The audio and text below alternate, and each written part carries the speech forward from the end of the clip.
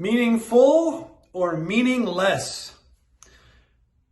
In our Sunday Bible study here at Victory of the Lamb in Katy, we are going through the book of Ecclesiastes, and that really is the start of the book and the big question of the book. Is this meaningful or is this meaningless?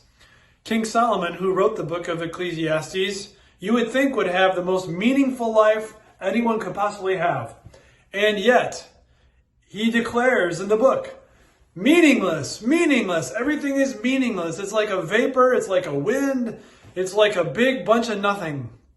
And today, in particular, the category we're thinking about, meaningful or meaningless, is the category of wisdom. And we'll be going through different categories over the next few weeks as we explore the book of Ecclesiastes and answer that big question, is this meaningful or is this meaningless, in all kinds of different categories. Here's the verse for today from Ecclesiastes chapter 1. Solomon said, I said to myself, look, I have increased in wisdom more than anyone who has ruled over Jerusalem before me. I have experienced much of wisdom and knowledge. Then I applied myself to the understanding of wisdom and also of madness and folly, but I learned that this too is a chasing after the wind. For with much wisdom comes much sorrow. The more knowledge, the more grief. Solomon had wisdom like none other. When he started to rule in the kingdom of Israel, God came to him in a dream and said, ask me for anything you want. And Solomon said, oh Lord, I am a little child. I don't know how to rule all these people. I've never been a king before. Give me a wise and discerning heart so that I can at least have a start at handling this important responsibility. And the Lord told Solomon, wow, you didn't ask for wealth. You didn't ask for honor. You didn't ask for the death of your enemies, but for a wise and discerning heart. I will give you what you asked for, Solomon. I will give you a wise and discerning heart. And in addition, I'm going to give you wealth and honor during your rule. In the areas of wisdom, wealth, and honor, you will be like no king before you and no king after you. No king during your time will be like you. So Solomon enjoyed that life, and you would expect that he would say, all of this wisdom is meaningful. However, Solomon, during most of his life, strayed from meaningful wisdom, meaning God's word. He had 1,000 wives. He had lots of money and his heart was attached to it. He had pleasure and he denied himself no pleasure. More on those meaningful versus meaningless categories coming up in the weeks to come in our message series.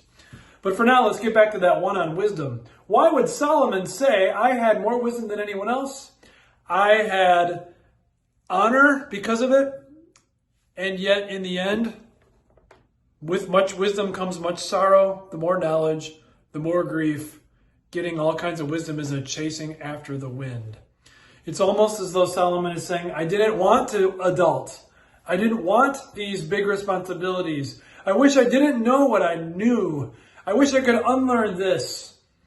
I wish I could go back to that simple way of life when I didn't know how greedy people could be, how bitter and resentful hearts could become.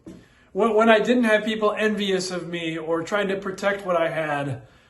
I wish that I had less wisdom, not more, because what I have is meaningless. The more I learn, the more I realize how there's boundaries and how I can't change many, many things. My youthful energy that I once had is now whittled away and drained. That's meaningless wisdom apart from God's word. The Bible also teaches that the fear of the Lord is the beginning of wisdom. And there is meaningful wisdom available to all. The more knowledge you have of Jesus and his promises, the more peace you have, the more satisfaction you gain. The more you can't get enough of it. As Jesus said, in this world you will have trouble, but take heart, I have overcome the world. In me you may have peace. God promises that he can take the most terrifying, difficult situation and lead you through it, turning it for good in the end, in a way only known to him. Jesus knows absolutely everything about you. He has far more wisdom than you'll ever have, and he forgives all of it. Let that word resonate in your soul. Let that meaningful wisdom grow and grow and grow all the days of your life. And put a stop to your heart that craves meaningless wisdom and thinks that you might be better off if you had more of it. While earthly learning is fine and good and all, and enjoy it as you can in a measured, balanced way, never lose track of the wisdom that is meaningful, growing in God's Word, asking Jesus to teach you more and more about his immeasurable love, and keep growing in that all the days of your life. What a meaningful life that will be.